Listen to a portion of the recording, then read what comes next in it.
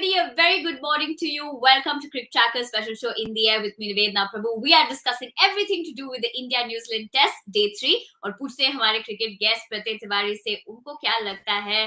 Of course, it looks like we're heading towards a result. Pratyaya, a very good morning to you. क्या expect कर सकते हैं आज आपके हिसाब से? See, I think India is completely in a dominating position क्योंकि 332 run सिर्फ दूसरे दिन के एंड तक. And I think we always say that day 3 actually is a moving day. But I think yesterday, the way things went on, it turned out to be a moving day yesterday because India was batting in the morning. And by the end of day 2, India was batting again. So I think credit a lot to the Indian bowlers for tumbling New Zealand out so cheaply. And I think that yesterday morning, I was saying that you would probably expect India to go on to kind of take a lead of 400 or something of that sort. But thanks to Ajaz Patel, that did not happen. But then later on, India kind of compensated for that because yes, they were probably after the kind of start they got, and at day one, at the end of it, they were 220 for four. So you would definitely expect that they will add at least 200 more runs. They were not able to, probably so what 100 runs only, and then they were all out. But they have compensated with the ball. So I think that yes, completely in pole position, and maybe 100 more runs, and you would say that I mean, even this target is not going to be chased. But the only probable agenda would be to add maybe 100 more runs and then declare and try to take all the wickets as quickly as possible. Okay, and the other way to be looking at it is that there will be a little bit of extra pressure for Pujara today. Of course, Agarwal has contributed with the bat. We've seen that performance, but क्या आपको लगता है कि this is maybe do or die is a little too strong, but there will be a little extra pressure for him today.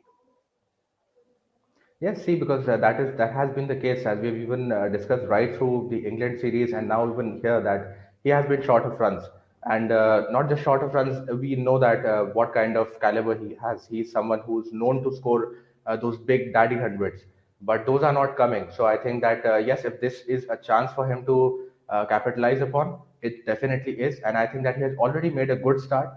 He is someone who is known to convert those, but in the last couple of years that has not happened for him. So I think that there's also a question. I mean, continuously a lot of people were questioning even yesterday whether it was the right call indeed for India to decide to bat, and why should they have not instead enforced a follow on. So I think that this has been given as a chance to the batters who are short of runs, and I think that it's only fair for them to sort of just get back into their rhythm because of course there's another tour coming up, and you would know that Cheteshwar Pujara will be a part of those plans of South Africa. So I think that if he gets these runs right before that series, it will definitely be good for his confidence because no matter how much you have played, if you're not scoring runs, you would definitely feel that you are short of confidence wherever you go. So I think that this is a good opportunity for him as well as even for Indian skipper Virat Kohli. Right, and there was this very interesting stat about his particular six last evening. It's come after a very long time. But on the other hand, all of you tell me in the comment section, आपको क्या लगता है? What is going to be happening on day 3? Is India going to be winning the second test, or do you think New Zealand will be fighting back? They would be able to chase it down. Whatever your predictions are, let me know in the comment section. Now, last evening we didn't have a chance to ask Pratyay about the man who who did create history in his own way. So, Pratyay, tell us a little bit about what you thought about Ajaz Patel, his performance, that magical spell. Quite an achievement, and to be doing it in a place which is home for him, but away from home. Absolutely. See, yes, I mean, 10 wicket hauls, we've seen them in Test cricket, but apart two innings, I mean, across two innings to get a 10 wicket haul, and to get that in one innings, it's a phenomenal achievement. I mean, it's incredible, and that just goes on to tell you that it has happened. I mean, in the 140, 150-year history of the game, if something has happened just thrice, you know that it's how rare that feat, of course, is. And as you said, that like coming to Mumbai, a place where he took birth, still playing, and this test match going into his away records. It's actually funny in a way, but then to come up here and deliver that kind of performance, 10 wickets. I mean, it's a no mean feat, and there's a lot that you need to do for it. There's a lot, a bit of luck, of course, you also need because there are always other bowlers who are also vying for the wickets. So Yeah. it actually takes a lot. I mean, to be able to do what he has done, but a phenomenal achievement. I mean, as I said, that if something has happened just three times over 150 years, you can understand how rare that is. And he just never stopped. I mean, the first day 4 wickets, Then again, up in the morning, he got a couple of wickets quickly off Saha and of Shreyas Iyer as well at the night. So I think that he just never stopped. He completely took it into his stride, and I think 10 wickets. He's definitely going to remember this at his hometown. Of course, his family is not there. He was pretty sad about that they were not in presence to witness it. But I think that it's extremely special for him, for his family, and for all his fans back home as well in New Zealand as well as in India. Right? And we'll have to wait and watch that in the second innings. Will this magical spell for New Zealand happen once again? While it would be a nightmare for India if that did. But talking about predictions and analysis, keep letting me know आपके हिसाब से क्या होगा in the comment section. If you have questions for Pratyay, do put that as well. We'll take one or two of them. उसी के साथ let's find out कि social tracker पे क्या conversation हो रहा है. What are people really discussing or tweeting about in terms of the second test? What's happening? Akshar and Mohammad Siraj is what BCCI asked. Watch this space for more. And Akshar has said, well bowled Mia, tagging Siraj. Well, probably this is a new mode of communication, right? In the 21st century. Cricket Bala saying, mood question, should India have batted again or enforced follow on? Okay. On to day three is what Ridhiman Saha has tweeted. Coming back to that particular question, what did you think? That mood question. Should India have batted again or enforced follow on आपके हिसाब से? See, I think the only commonsensical argument in not favor of enforcing the follow-on could be that yes, the batters are short of runs, and you would want to probably give them another chance because if India would have batted, then they would be batting fourth, and you know that 263 runs is what New Zealand were trailing by when they were distanced, when they were all out. Yeah, So even in that case, I mean, even if they manage to kind of evade that lead of 263 runs, and probably at best, what you are thinking is adding not more than 100 runs.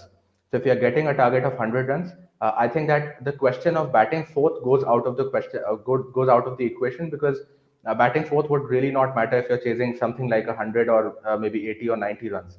But the only factor is that if you have got a chance, it's still a day three track, so it's not too deteriorated. And as I said, that there are batters who are short of runs because Kohli again, I mean, he has not been able to score the runs we know he can score, and that has now lasted for a couple of years. As has also yeah, been the case with Pujara. I mean, 3 years for someone like him not scoring a century.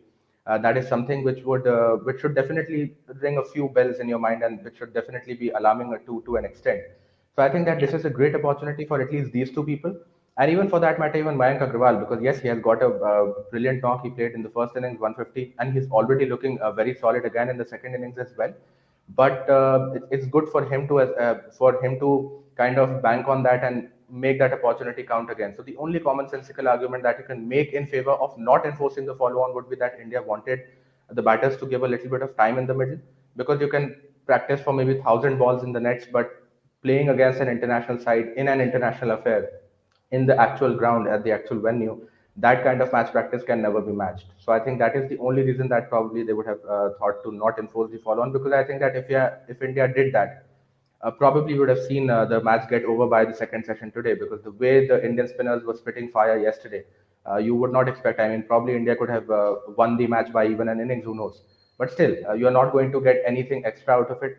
So I think that it's a fair call to kind of give a chance to the batters to kind of go in the middle and have some runs in their kitty if possibly they can. okay. And in terms of a result, I definitely want to know everybody's predictions. Start putting that, like I said before, in the comment section. And a quick look at the session timings today. The first session between 9:30 to 11:30, 12:10 to 2:33 will be the second session. 2:53 to 4:53 is the third session. 96 overs for the day. If 96 overs are in bold, play can be extended to 5:23 p.m. So before we wrap, Pratyay, looking at all the session timings as well, what is your final prediction? What are we going to be seeing at the end of day three? See, ideally, as I said, that 332 runs worth of a lead is something that probably you already can rely upon. I mean, if India would have declared overnight, which they of course will not, even if they would have done that, I think that they still can actually win this match, because I personally do not feel that 332 is getting chased on this particular track against the Indian spinners, and even for that matter, pacers, because even yesterday we saw it was a spinner's paradise, but it was not a case where pacers were not being able to do something.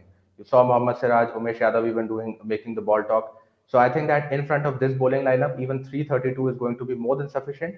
But I think just to kind of give, as I said, that as we discussed, that the only agenda was to probably give time to the batters in the middle. So I think that they would want to bat a little bit more, maybe add 120 more runs, and give maybe set 400, 420, 450 kind of a target to against New Zealand. So maybe one more session, and then they can declare. And if they prolong that, if they extend that, you would obviously know that the only reason is that one, they have time, because 3 days left. This match has moved very quickly. I mean, by the end of day two, you already are playing in the third innings, so it has moved very quickly.